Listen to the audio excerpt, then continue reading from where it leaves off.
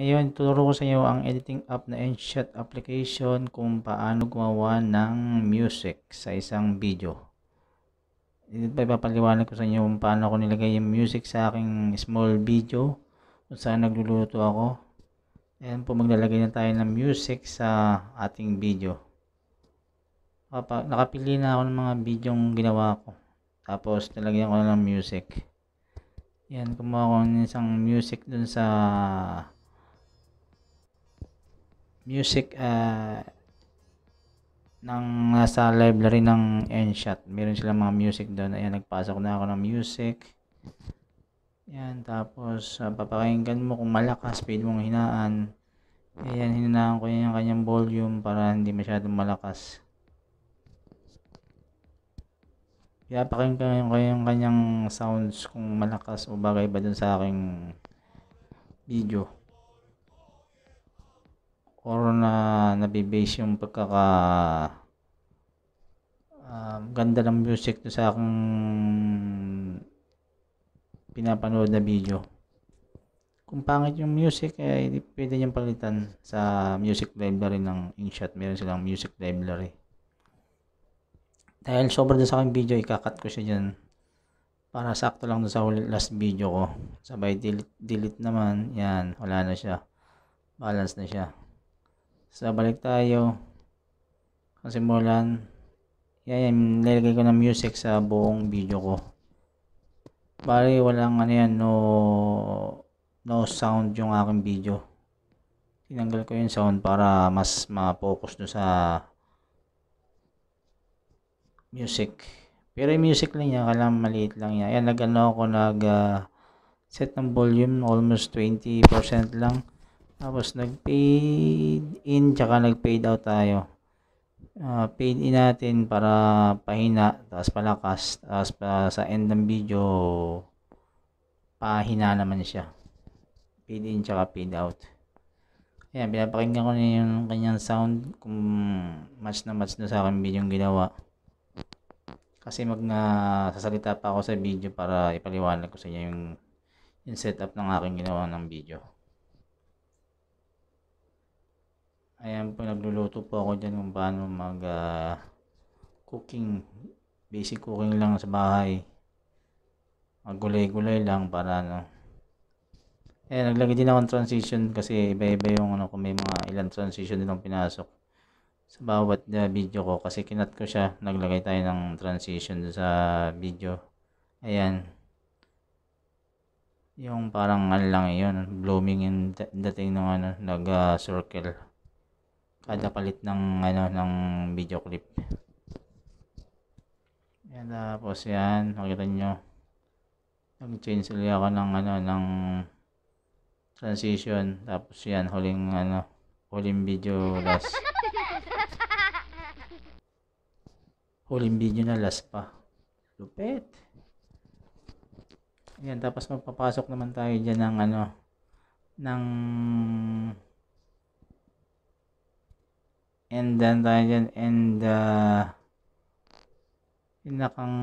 yung huling video sa subscribe video like this, tapos closing remark ng yung video. Ay, naglagay tayo ng konti dyan. Thank you or pasalamat. Ayan, inaayos-ayos ko siya. Tapos nagpasok naman tayo ng pinaka-intro video natin sa unahan. Hinahanap ko yung mga intro video para sa unahan naman yan. Nilagay ko sa unahan niya. Kasi yung aking channel ay Start TV. Yan. Pinaka-intro video kasi ginawa na akong intro ng video. Pinasok ko doon sa pinaka-unahan. Yan. Tapos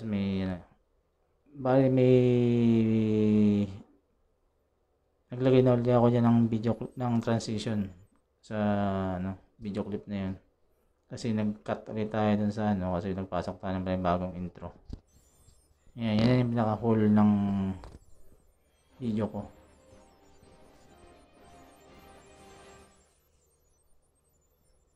Yan, kung papanoorin nyo yan. Pag pinasok na yun sa YouTube, maririnig nyo yung sound dyan ng sound nung pinaka nabuo kong video.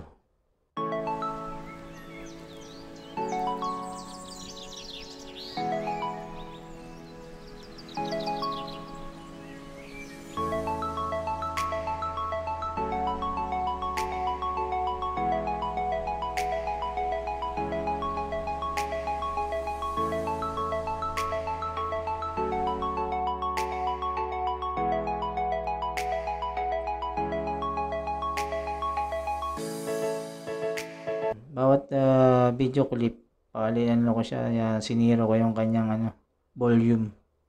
Yan, para may idea din ako para i-zero yung kanyang volume or mawala yung volume niya. Kada video clip, i-edit nyo lang, punta kayo sa volume, i-touch nyo yung volume na logo na yun. Ayan, tapos magsisira na yung volume niya. Basta lang, touch lang yung line pababa. Yan, magiging zero na yan. Ayan, huling last video na yan.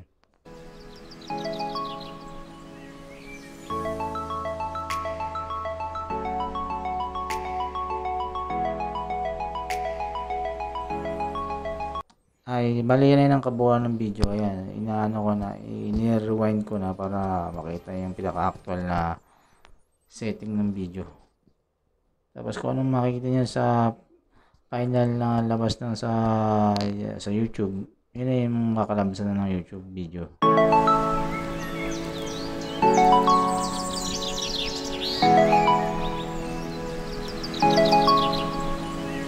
Okay, hanggang dito na lang. Sana na may natutunan kayo kung paano maglagay ng music sa inyong video. Dapat yung music ay hindi ganun kalakas sa mga pinagsasalita nyo para hindi matakpan yung inyong boses. Halimbawa nagsasalita kayo.